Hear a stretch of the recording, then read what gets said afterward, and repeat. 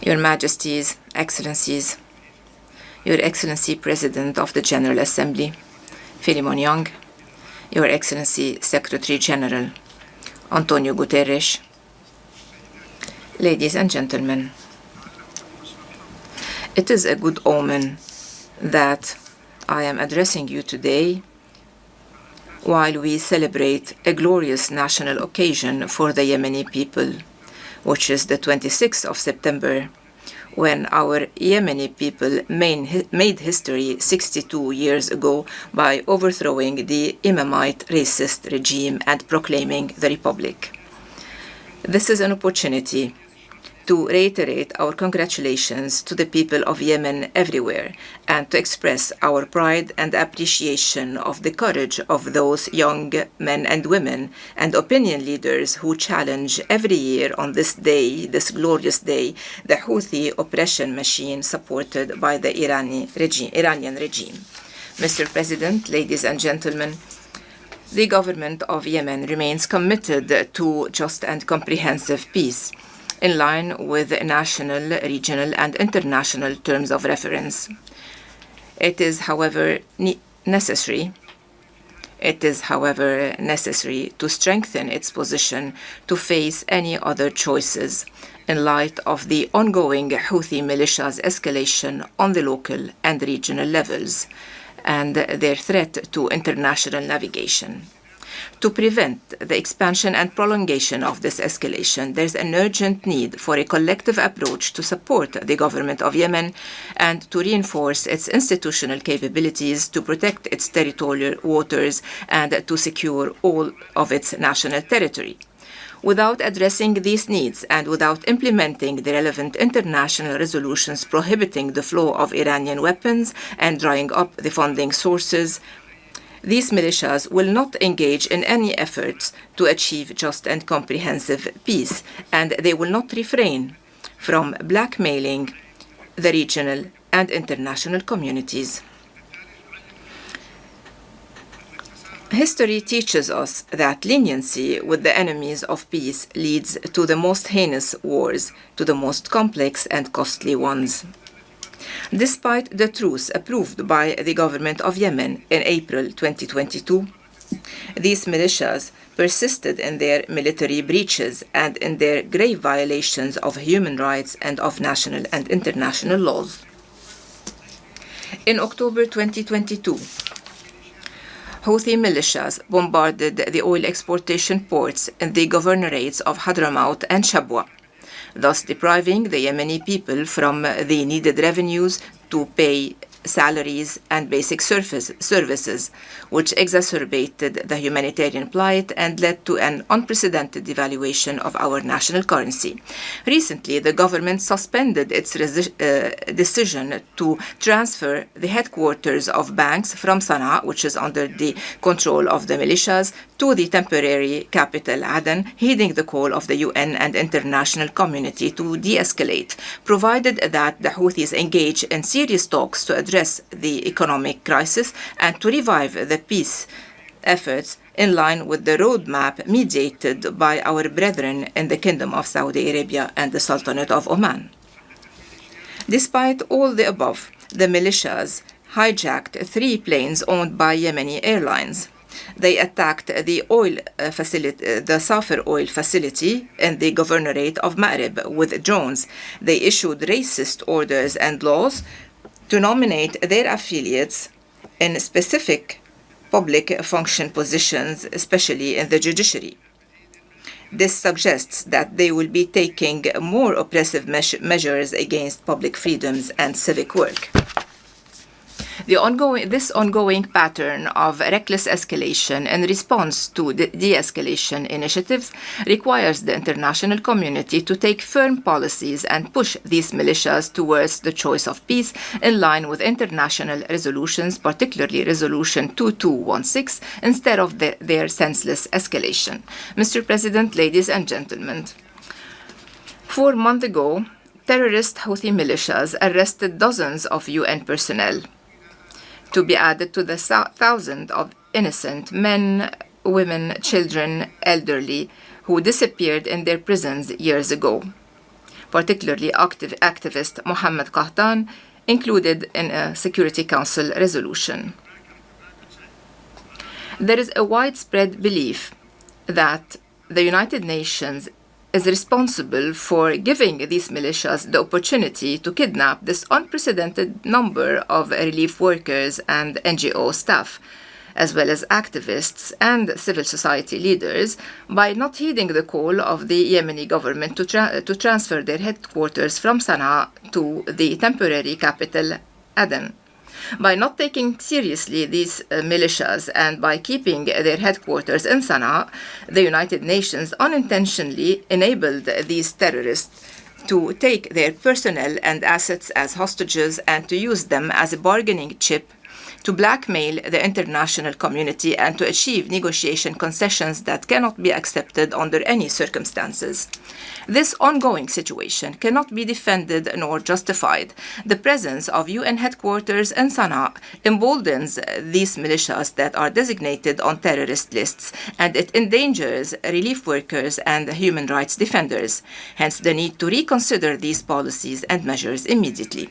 Mr. President, ladies and gentlemen, Houthi militias, with their ongoing terrorist attacks on international maritime navigation in the Red Sea and the surrounding waterways, prove that they represent a growing threat not only to Yemen, as some used to believe, but also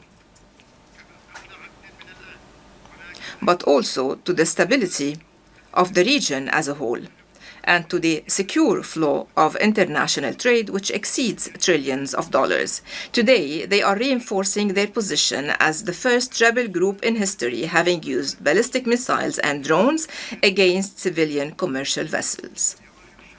Late last month, Houthi militias hit the Sonian tanker, which was carrying 1 million barrels of crude oil, causing fires which could have led to one of the worst oil spills in history before the vessel was salvaged by the international coalition.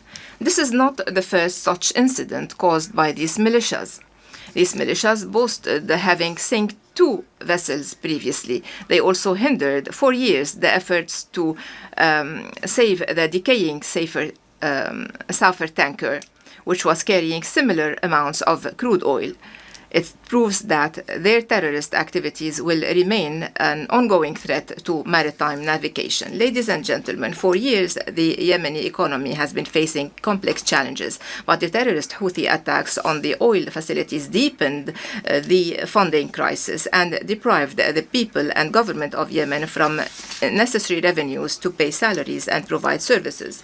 The economic war waged by these militias are part of a larger hostile strategy aiming at weakening the ability of the government to provide basic services and to pay public service salaries, thus aggravating the humanitarian crisis for more than 14 million Yemenis. Therefore, the international community should seriously consider the devastating effects of these terrorist acts and to provide the vital infrastructure to defend maritime transportation vessels in Yemeni ports, to support the right of the Yemenis and of the Yemeni government to benefit from their resources and improve their living conditions.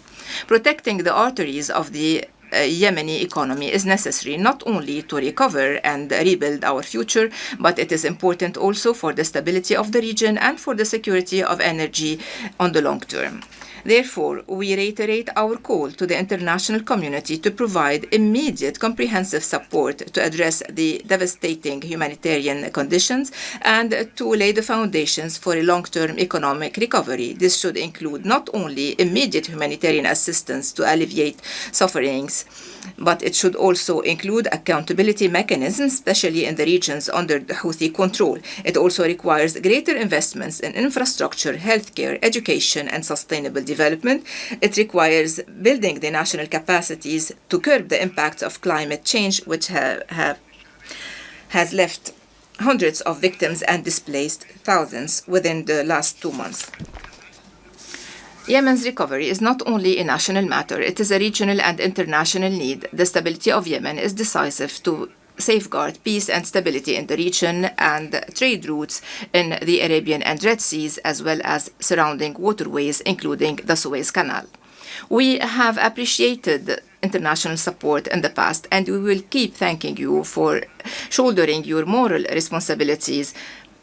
We also thank the coalition to restore legitimacy led by the KSA and the UAE to meet the aspirations of the Yemeni people to stability, peace and prosperity, and provide the resources we need to rebuild our institutions and our social fabric.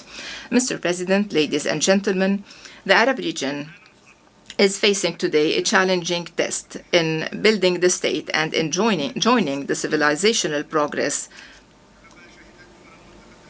However, every time the countries of the region achieve a true transformation towards development, peace and prosperity, and towards empowering their people to exercise their political, economic and social rights, they are met with evil forces which intervene with their destructive agendas, emboldened by the international leniency towards these rogue groups and their supporters. The outcome of this battle between the forces of peace and the axis of evil will determine who will survive, develop on this part of the world. It will determine whether the region will be dragged into more chaos, civil wars, hegemony, weapons, oppression, and underdevelopment. The road to peace goes through the forces of moderation in the region, led by the Kingdom of Saudi Arabia, which has been defending the international resolutions and which extended a helping hand by hosting millions of those fleeing wars and armed conflicts. Therefore, we are grateful for these countries, and the world should depend on them to lay the foundations of peace and stability and to maximize our benefits from their economic and social development.